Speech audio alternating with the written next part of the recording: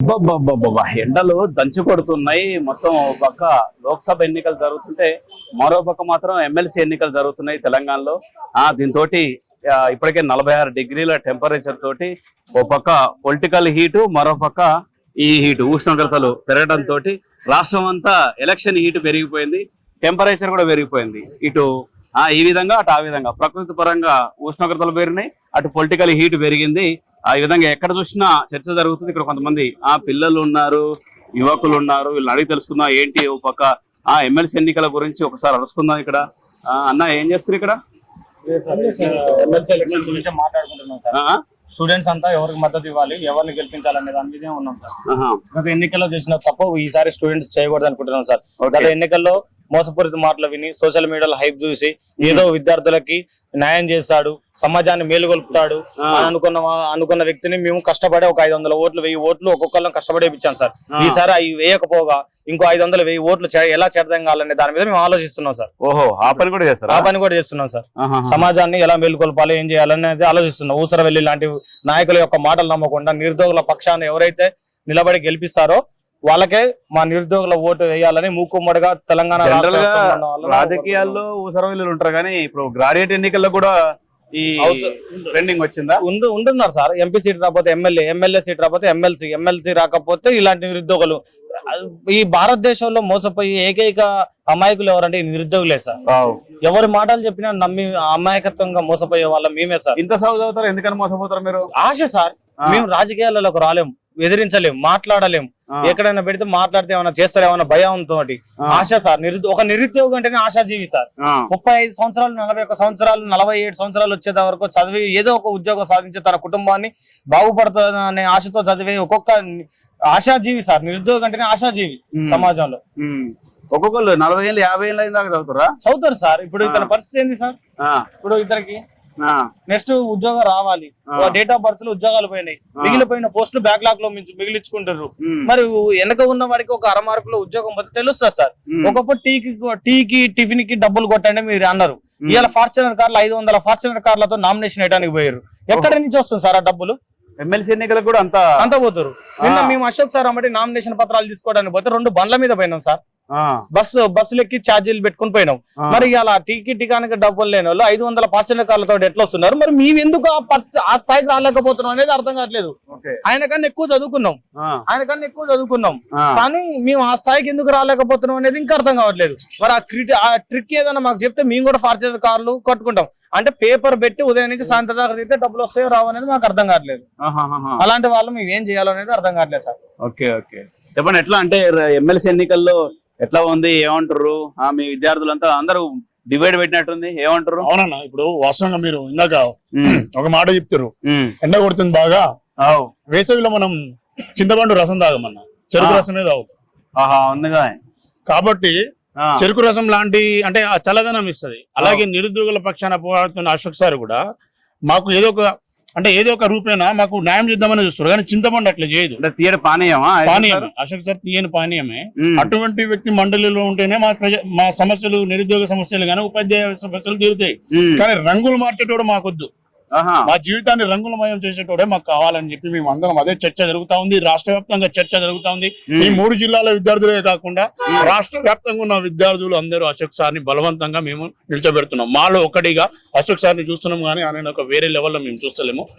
మాలో ఉన్న వ్యక్తిని మేము నిలబెట్టి గెలిపించగలిగితే ఈ రాష్ట్రంలో ఉన్న నిరుద్యోగులు నిజంగా గెలిచినట్టే. కాబట్టి అశోక్ సార్ వెంట మేము ఉంటాం. ప్రచారం చెప్తారు,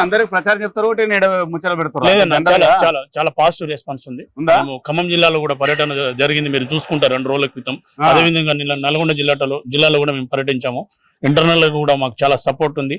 విద్యార్థులు అదేవిధంగా ఉపాధ్యాయులు కూడా చాలా మంది సపోర్ట్ చేస్తా ఉన్నారు సార్. సూర్యాపేట జిల్లా కూడా సపోర్ట్ చేస్తా ఉందన్న, పక్కన ఉన్న కోదాడ. అదేవిధంగా వరంగల్ జిల్లా కింద కామెంట్లు కూడా మహబూబాద్ జిల్లాకు రండి అన్న, మహబూబాద్ జిల్లా రమ్మంటున్నారు. మాకు విద్యార్థులు వాళ్ళు వాలంటీర్ గా ఫోన్లు చేసి మీరు రండి అన్న, మా జిల్లాకు రండి, మా లైబ్రరీకి రండి, ఇది మా సమస్యలు. అశోక్ సార్ అంటే నిరుద్యోగ ఒక గొంతుక. కాబట్టి అశోక్ సార్ని మేము గెలిపించుకున్నాం, మీరు రండి అన్న అని చెప్పి మాకు పిలుస్తున్న పరిస్థితి కనిపిస్తోంది. రాష్ట్ర వ్యాప్తంగా ఉన్న నిరుద్యోగులు కూడా మీరు పని చేయాలి అశోక్ సార్కి. మీకున్న అక్కడ ఆ జిల్లాలో, ఆ 3 జిల్లాలో ఎవరైనా ఫ్రెండ్స్ ఉంటే మీరు చెప్పాలి. ఖచ్చితంగా అశోక్ సార్కి మన మొదటి ప్రాధాన్యత ఓటు వేసి ఖచ్చితంగా అశోక్ సార్ని గెలిపించుకోవాల్సిందిగా నిరుద్యోగ యువతకు నేను పిలుపునిస్తా ఉన్నాను. రైట్, అదే అన్న మేము ఈ ఎలక్షన్ పల్స్ కోసం వచ్చినాం. జనరల్ గా లోక్సభ ఎన్నికలు అంటే ఎవరు చెప్తారు దారుణ పోయి దాన, కానీ ఈ ఎన్నికలు వచ్చేసరికి ఎమ్మెల్సీ ఎన్నికలకు వచ్చేసరికి చదువుకున్న వాళ్ళతోటే ముడిపడి ఉంది కాబట్టి ఏమంటారు అసలు ఈ చదువుకున్న వాళ్ళు ఏంది పరిస్థితి ఏంది, చదువుకున్న వాళ్ళే కొద్దిగా అటు ఇటు చేస్తారు అంటున్నారు. అయితే ఇప్పుడు మీరు చూసుకున్నట్టయితే ఎమ్మెల్సీ ఎలక్షన్లతో పాటు ఎంపీ ఎలక్షన్లు కూడా ఉన్నాయి సార్. అయితే ఇప్పుడు ఎంపీ ఎలక్షన్ల కంటే 18 years ఆటోమేటిక్ ఓటు వేసుకోవచ్చు, ఏమైనా చేసుకోవచ్చు. కానీ ఎమ్మెల్సీ ఓటుకి ఏదైతే ఉంటుందో దానికి ఒక ఎలిజిబుల్ క్రైటీరియా అనేది ఒకటి ఉంటుంది. ఏంటంటే డిగ్రీ అయిపోయిన 3 సంవత్సరాల తర్వాత ఓటు నమోదు చేసుకోవాలి, సో అండ్ సో స్టోరీ అనేది ఉంటుంది. సో ఎంపీ ఎలక్షన్లకి ఇప్పుడు మీకు ఒక 200-500 ఇస్తారు. ఎందుకంటే ఎంపీ కాబట్టి అది చాలా పెద్ద ఆక్యుపేషన్ ఉంటది కాబట్టి అందరు డబ్బులు పంచలేరు. సో ఒక వాళ్ళకి ఇప్పుడు ఎమ్మెల్యే ఎలక్షన్లకు 1000-1500 ఇచ్చేది దీనికి 400 ఇస్తారు. ఎగ్జాంపుల్ కి బయట సీనియర్ చెప్తా ఉన్నా. అయితే ఇప్పుడు ఎమ్మెల్సీ ఎలక్షన్ ఏదైతే ఉందో దానికి ఎవరు డబ్బులు పంచలేరు. ఎందుకంటే ఓన్లీ దానికి ఓటు వేయాల్సిన వాళ్ళు మేధావులు, డిగ్రీ ఎవరైతే గ్రాడ్యుయేట్స్ ఉంటారో పట్టభద్రులు వాళ్ళు వేయాలి. వానికి నువ్వు 100 కోట్లు ఇచ్చినా కానీ కూడా వాడు నచ్చినోడు ఓటు వేసుకుంటాడు. సో మాకు నచ్చిన వాళ్ళు మేము నిలబెట్టిన మనిషి ఎవరైనా ఉన్నారు అంటే అశోక్ సార్. ఇప్పుడు ఎందుకు అంటే ఇప్పుడు మీరు నిలబెట్టారు అంటే మేము వాంటెడ్లీ ఫోర్స్ఫుల్ గా మా సైడ్ నుంచి అంతా కలిసి వాంటెడ్ గా మా సైడ్ నుంచి ఒక మేము ఇప్పుడు నేను మాట్లాడితే ఒకటి ఉంటది, ఇంకొకటి మాట్లాడితే ఒక లెక్క ఉంటుంది, ఇంకొకటి మాట్లాడితే ఒక లెక్క ఉంటది. కానీ ఒక ఏదైతే ప్రైవేట్ ఇన్స్టిట్యూట్ డైరెక్టర్ సార్ ఉన్నాడో సారు జైలుకి పోవాల్సిన అవసరం ఏముందన్న. ఆయన ఇప్పుడు సార్ కూడా స్టూడెంట్స్ కోసం కొట్లాడి గ్రూప్ 1 అయినా గ్రూప్ 2 అయినా మిగతా గురుకులాల గురించి అయినా పోలీస్ డిపార్ట్మెంట్ వాళ్ళ గురించి అయినా దేనికైనా కానీ కూడా సార్ ముందు నిలబడతాడు. ఇప్పుడు మీరు చూసుకున్నట్టయితే ఇంతకుముందు గత ప్రభుత్వం బీఆర్ఎస్ ప్రభుత్వం ఉన్నప్పుడు సార్ని విపరీతమైన టార్చర్ పెట్టి అమ్మ అక్కని బూతులు తిట్టి కుట్టడానికి కూడా మీదికి పోయిల్లు అని చెప్పి సార్ ఎన్నో వీడియోలలో చూసినాం. మరి మీరు పాత వీడియోలు చూస్తుంటే మీకు ఐడియా ఉంటది. సో సార్ కూడా కొట్లాడి మనకి ప్రభుత్వం వద్దు అట్లా ఇట్లా అని చెప్పి మాట్లాడి సార్ కూడా పేపర్ లీకేజ్లు వీటి మీద కూడా చాలా ఇష్యూస్ పైన రేజ్ చేసి మాట్లాడిండు. సో అట్లా మాట్లాడడానికి ఎవరు కూడా ఇప్పుడు రాలేదు. ఇప్పుడు కాంగ్రెస్ వాళ్ళు ఎవరైతే ఉన్నారో సరే నేను కూడా కాంగ్రెస్ ఓటేసిన, ఇప్పుడు కాంగ్రెస్ పార్టీ ఎగ్నెస్ట్ అయితే నేను కాదు. ఇప్పుడు కాంగ్రెస్ వాళ్ళు ఎవరైతే ఉన్నారో కేవలం వాళ్ళు పొలిటికల్ స్టంట్స్ కోసము తర్వాత పార్టీ పరంగా వాళ్ళ సినారియో కోసం వాళ్ళు ఏం చేసిల్లంటే ఖచ్చితంగా బీఆర్ఎస్ అణచివేయాలి పైసా అని చెప్పి వాళ్ళు చేసిల్లు. సో ఇక్కడ సార్ ఏంటంటే ఓన్లీ స్టూడెంట్స్ కి న్యాయం చేయాలి అని ఏ పార్టీ పరంగా కూడా కాదు. ఇప్పుడు సార్ తలుచుకుంటే ఎంత పెద్ద పార్టీ నుంచి అయినా టికెట్ తీసుకోవచ్చు. కాకపోతే మేమే సార్ని పర్సనల్ గా పర్టికులర్ గా నిలబెట్టి మా సైడ్ నుంచి ఒక స్టాండ్ అనేది సార్ తీసుకోవాలి అని చెప్పి మేము నిలబెట్టినాం అన్న. సో 100% మేము 1,00,000 కంటే ఎక్కువ మెజారిటీ 100% చూపిస్తాము. ప్రతి ఒక్క ఇప్పుడు ఏదైతే జిల్లాలలో నల్గొండ, ఖమ్మం, వరంగల్ ఏదైతే ఎలక్షన్ జరుగుతున్నాయో ప్రతి ఒక్క లైబ్రరీ నుంచి ప్రతి ఒక్క లైబ్రరీయన్ సార్ నుంచి ప్రతి ఒక్కరు సార్ కోసం పనిచేస్తారు. అసలు చాలా అంటే చాలా విస్తృత శ్రేణిలో అసలు సార్ కి పూర్తి మద్దతు లభిస్తా ఉంది. ఎక్కడ పోయినా కానీ గ్రాడ్యుయేట్స్ ఎవరైనా ఉన్నా కానీ కూడా మీరు ఎక్కడైనా పోయి పలకరియండి. అసలు ఇప్పుడు ఎంపీ ఎలక్షన్లు ఉంటే మీరు ఎగ్జాంపుల్ పోతే బీఆర్ఎస్ తర్వాత బీజేపీ, కాంగ్రెస్ ఇట్లా ఈ పార్టీ నుంచి ఎవరైనా అడిగితే వాళ్ళకి కొంతమంది తెలియదు. ముస్లింల దగ్గర పోతే ఓన్లీ వాళ్ళు గ్రాడ్యుయేట్ ఎన్నికల్లో ఎమ్మెల్సీ ఎన్నికల్లో రాజకీయాలతో అవసరం ఉంటుందా సార్? రాజకీయాల సంబంధం లేదన్న. అసలు 1%, 0.01% కూడా రాజకీయాలకు సంబంధం లేదు. కాకపోతే ఏం చేస్తా ఉన్నారు అంటే ఇక్కడ పొలిటికల్ గా కూడా చేద్దాము పైసా అని చెప్పి వాళ్ళు చేసుకుంటా ఉన్నారు. కానీ ఇప్పుడు మీరు ఎవరైనా కానీ కూడా ఎన్ని డబ్బులు ఇచ్చినా ఏం చేసినా కానీ కూడా ఇప్పుడు మేధావి అపర మేధావి అని ఖచ్చితంగా ఉంటారు. 100% మీరు చూడండి ఈ ఎలక్షన్లలో ఓపెన్ ఛాలెంజ్ చెప్తా ఉన్నాము. అశోక్ సార్ మీరు ఖచ్చితంగా గెలుస్తారన్న. ఎందుకంటే ఈ స్టేట్ లో ఎవరైతే ఈ నోటిఫికేషన్ పడిన తర్వాత పేపర్ లీకేజ్ ఇష్యూ గురించి అయినా తర్వాత ఇప్పుడు జరిగే ఆన్గోయింగ్ రిక్రూట్మెంట్ల గురించి అయినా ఏదైనా కొట్లాడి వాళ్ళకి న్యాయం చేయాలి అని 317 జీవో గురించి అయినా డిఎస్సి గురించి ప్రతి ఒక్క దాని గురించి కొట్లాడిన ఏకైక వ్యక్తి ఎవరు ఉన్నారు అంటే అది అశోక్ సార్. సో అమ్మ వీడు కొరకరాని కొయ్యలక మారతాండు వీళ్ళు ఏదైనా చేయాలా అని చెప్పి టు బి ఫ్రాంక్ బీఆర్ఎస్ ప్రభుత్వం కూడా సార్ని జైల్లో వేసిళ్ళు, చాలా ఇబ్బందులకు గురి చేసి వాళ్ళ ఫ్యామిలీని కూడా రోడ్ మీద తీసుకొచ్చి మానసిక క్షోభలకు గురి చేసిల్లన్న. సో జనాలంతా మీరు ఇక్కడ గుర్తుపెట్టుకోవాల్సిన ప్రధానమైన అంశం ఒకటి ఉంది. ఏంది అని అంటే ఇప్పుడు ఏదైతే బీఆర్ఎస్ ప్రభుత్వం నుంచి కాంగ్రెస్ ప్రభుత్వం రావడానికి 99.99% ఓన్లీ స్టూడెంట్స్ అన్న. ఎందుకంటే పేపర్ లీకేజ్ల ఇష్యూస్ అయినా ఏదైనా కానీ కూడా వాళ్ళు తట్టుకోలేక అసలు మేము ఇంత కష్టపడి చదువుతాము 5 రూపాయల భోజనం తింటారన్న స్టూడెంట్స్. ఒక్కో రోజు తిన్నారు అనుకోండి, ఒక్కో రోజు తింటే నెక్స్ట్ రోజు కడపని దుబ్బిపోతుంది, తినలేము. అది అక్కడ ఏముంటది ఉట్టి పచ్చి పులుసు, సాంబారు, తర్వాత ఏదైనా కూర లాంటి నీళ్ళ చెప్పులు కూడా ఉండవు అన్న ఒక్కొక్కరికి. పొద్దున్న పూట 4:30 లైబ్రరీ దగ్గర వెయిట్ చేస్తా ఉంటారు. అంత కష్టపడి చదువుకున్న తర్వాత ఇప్పుడు మీరు అంత కష్టపడి అంత జాబ్ అంతా తెచ్చుకున్న తర్వాత పేపర్ లీకేజ్ ఇష్యూలు అట్లా పోతే ఎంత బాధపడతారన్న. సో అట్లాంటి బాధలన్నీ చూసి అంటే గతంలో కూడా ఇట్లా ఒక అమ్మాయి కూడా చనిపోయింది పేపర్ లీకేజీ వాయిదాలు దీంతో చనిపోయింది. ఆ టైంలో కూడా కొంతమంది అగ్లీగా మాట్లాడారు. ఎట్లా ఇప్పుడు ఏమంటున్నారు మరి నిరుద్యోగులు ఏమంటున్నారు? ఇప్పుడు ఎమ్మెల్సీ ఎన్నికలు వచ్చినాయి కదా. అయితే సార్ ఇప్పుడు ఇది ఎమ్మెల్సీ ఎలక్షన్ అని ఈ రాజకీయ పార్టీతో సంబంధం లేని ఎలక్షన్ సార్ ఇది. ఇది ఏంటంటే ఒక నిరుద్యోగుల పక్షాన గాని, ఒక నిరుద్యోగుల పక్షాన గాని, ఒక ఉద్యోగుల పక్షాన గాని, ఒక విద్యార్థుల పక్షాన గాని ఎటువంటి సమస్యలు గాని, వాళ్ళ డిమాండ్స్ గాని ఏమైనా ఉన్నాయంటే ఒక గెలిచే అభ్యర్థి మండలిలో వాళ్ళ తరపున నిలబడి ప్రశ్నించి వాళ్ళకి ఏవైతే సమస్యలను వాటిని సాల్వ్ చేసే విధంగా కృషి చేసే ఎలక్షన్స్ అన్నవి. కాబట్టి అయితే ఇప్పుడు ఈ ఎమ్మెల్సీ ఎలక్షన్ జరుగుతున్న తరుణంలో మేము చాలా ఆలోచించాం సార్.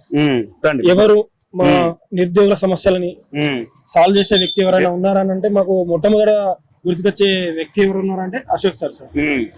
అశోక్ సార్ ఏంటంటే సార్ ఏ రాజకీయ పార్టీకి సంబంధించిన వ్యక్తి కాదు.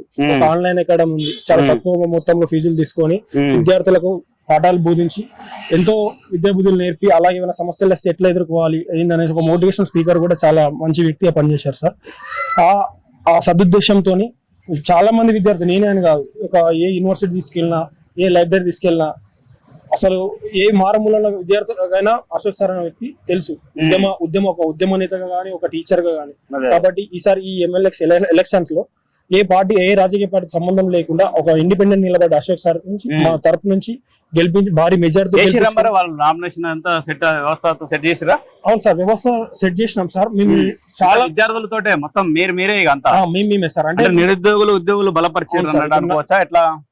నిరుద్యోగులమే సార్. ఎందుకంటే సార్ ఇప్పుడు ఈ గత ప్రభుత్వం చేసిన తప్పుల వల్ల మాకు ఈ ప్రతిపక్షాలు కూడా మా తరఫున ఎవరు ఎక్కువ ప్రశ్నించలేదు సార్. కానీ ఒక విద్యావేత్త, ఒక సామాజికవేత్త అయిన మన అశోక్ సారే ఇప్పుడు మన పేపర్ లీక్స్ విషయం కానీ, అలాగే గురుకుల విషయం కానీ, అనే గ్రూప్స్ విషయంలో కానీ, పోలీస్ కానిస్టేబుల్ సంబంధించిన విషయాలు కానీ ప్రతి విషయం మీద ఫైట్ చేసిన ఒక వ్యక్తి ఉన్నాడు అంటే ముందస్తులో ఉన్నాడు అంటే అశోక్ సారే సార్. కాబట్టి మేము అశోక్ సార్నే నిర్ణయించుకున్నాం ఎట్లయినా గెలుచుకోవాలి. అలాగే ఇప్పుడు సార్కు కార్యాచరణ అనేది మేము ఆల్రెడీ నిర్ణయించుకున్నాం సార్. భవిష్యత్ కార్యాచరణ ఏందని చెప్పేసి ప్రతి ఒక్క లైబ్రరీకి వెళ్తాం, ప్రతి ఒక్క యూనివర్సిటీకి వెళ్తాం. నల్గొండ అండ్ ఖమ్మం అండ్ హైదరాబాద్ ఎక్కడైతే లైబ్రరీలు ఉన్నాయో అక్కడికి వెళ్తాం. ప్రతి విద్యార్థికి, ప్రతి నిరుద్యోగి, ఒక ఉపాధ్యాయ సంఘాల నేతలు అందరినీ కలిసి అశోక్ సార్ని గెలిపించుకొని మండలికి పంపించాల్సిన ప్రాధాయపడతాం. ఎట్టి పరిస్థితుల్లో సార్ని భారీ మెజార్టీతో గెలిపించుకుంటాం, మా సమస్యలను పరిష్కరించుకుంటాం. రైట్. అంటే ఇది మా సమస్యలను పరిష్కరించాలంటే అశోక్ సార్ అయితేనే సాధ్యమైతే. ఎందుకంటే ఆయనకు పూర్తిగా నిరుద్యోగులకు సంబంధించి, విద్యార్థులకు సంబంధించి, ఉపాధ్యాయులకు సంబంధించి, ఉద్యోగులకు సంబంధించి అన్ని అంశాల మీద ఆయనకు పట్టుంది. ఎందుకంటే కొన్నేళ్ల నుంచి ఒక ఫ్యాకల్టీగా, ఒక లెక్చరర్ గా పనిచేస్తున్నారు, గతంలో జర్నలిస్ట్ గా పనిచేశారు కాబట్టి పూర్తి అవగాహన ఉంది. ఆ విధంగా ముందుకెళ్తున్నాం. ఖచ్చితంగా ఉద్యోగులు బలపరిచిన అభ్యర్థి కాబట్టి ఆ విధంగా మేము ప్రచారం చేస్తున్నాం. వీళ్ళే అంటే వాట్సాప్లు ఇట్లా చేసుకుంటూ పోతున్నారు. అంటే ఇది సోషల్ మీడియా వేదిక సార్. అట్లా ఇప్పుడు ఎందుకంటే సార్ చాలా మంది ప్రిపరేషన్ లో ఉన్నారు. 11 జిల్లాలు, 34 నియోజకవర్గాలు, పెద్ద అంటే భౌగోళికంగా చాలా పెద్దగా ఉంది. ప్రిపరేషన్ ఉంది. ఇప్పుడు వేరే రాజకీయ పార్టీల నుంచి అంటే వాళ్ళు డబ్బులు పెట్టు ప్రచారం చేస్తారు. కానీ మాకు అలా లేదు కాబట్టి మేము ప్రిపరేషన్ ఉన్నాం కాబట్టి చాలా మంది సోషల్ మీడియా ఉద్యమం చేస్తున్నాం సార్. రైట్. అట్లా వీళ్ళ దగ్గర సఫిషియంట్ డబ్బు లేకపోవడం తోటి సోషల్ మీడియా తోటి ఈ విధంగా వెళ్తున్నాం. అందుకే ఒకరి ద్వారా ఒకరికి చెప్పుకుంటూ వెళ్తున్నాం. నిరుద్యోగులంతా, ఉద్యోగులంతా చెప్పుకుంటూ వెళ్తున్నారు. ఈ విధంగా ముందుకెళ్లి ఖచ్చితంగా మంచి మెజారిటీతో గెలుస్తామన్న అభిప్రాయం వ్యక్తం చేస్తున్నారు నిరుద్యోగులు, దాంతో పాటు విద్యార్థులు.